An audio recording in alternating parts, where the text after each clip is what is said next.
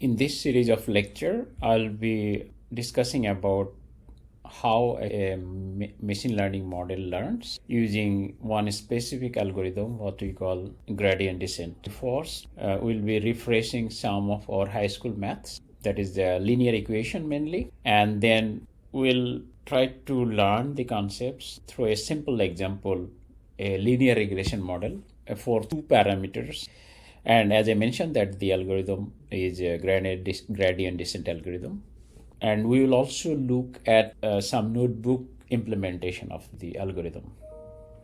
So let's start with this simple scenario here. So you see I have drawn a Cartesian plane where the x-axis I represent as x, and one particular example might be the height of a person, and the y-axis I represent as y, and it might be the weight of a person. And we have like two instances of data points, and the first one y1 and the second one is x2 y2. We are saying that the person with x1 height has y1 weight, and the person with x2 height has y2 weight. You can have different units of measurement. So we have drawn a simple line, and mathematically we can represent this line as a linear equation. So this is what we have done.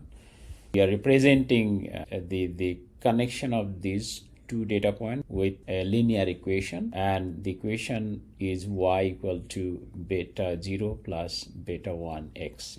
You recall your high school math, this is one equation we have learned. So we want to explain our weight y through x, and we brought two parameters. One of the parameter, beta 1, what we call the slope. If you just draw a triangle here, the slope is actually the ratio between this delta y, so this side divided by this side. So this is what we call the slope of our equation. This is one parameter, and the other parameter, what we call intercept, is where in the y-axis this line is crossing the y coordinate. So if we give you this intercept and this slope, for any new given point you can predict y. Here we are using a simple linear equation to have our first regression model. Why this is a model now? Because for any given x we can predict the values of y. One interesting thing, even you give a negative height, that will generate a weight, but here we can just put a condition to discard these points. For any positive values, the model being y equal to beta 0 plus beta 1 x will produce some output for you. So this is our first model. Okay, now we are having a new scenario with 4 data points. Because if you recall, we had 2 data points. We can draw a straight line and start doing our prediction. But what if we are given more than 2 data points? It's very unlikely that if you are given more than 2 data points, the third or fourth or fifth or all the data points will follow a simple straight line. Let's say for this particular example, we have 4 data points and we have drawn 2 straight lines. One is our earlier black one, so that passed through 2 data points, and we have another straight line, that is the orange one, that is going through another 2 data points. But none of these 2 actually were able to go through all 4 data points. So what we are trying to say, that here we have 2 models, one representing the black dotted line, the other represents the orange line, and you can draw an infinite number of lines. So the question is which one we will prefer, because we'll have to have one model from an infinite number of models. So when I mean by infinite models, I truly mean that you will have infinite combination of beta 0 and beta 1. Let's set up a simple scenario for choosing one of these 2 models. So we'll have to have some rules.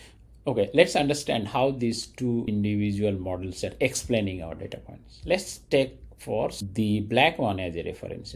So the black one went through this data point and this data point, but how far away from the other two? So you can see that this data point, the black is actually apart in terms of vertical distance, represented through this red vertical bar, right?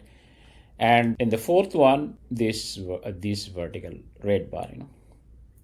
So we call these are the errors. So quickly you can see that the vertical errors of a black dotted line model is actually way higher than the orange model. So how do we validate? If you add up the errors for the black dotted line model, that is the red error bars, you are seeing that the summation of these vertical error bars are bigger than the green bars. Okay, so now if we are convinced with this part, then we are going to formalize our definition. So we have understood that this is a linear regression model.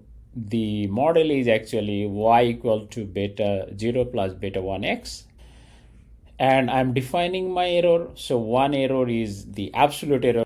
And here we are defining an optimization function. We are saying that for one data point, how far the original data point is from the predicted data point. The original data point is here, but the prediction should be here. Okay? And we take the square of those values and we sum for all the data points available. For this particular case, we have n equal to 4.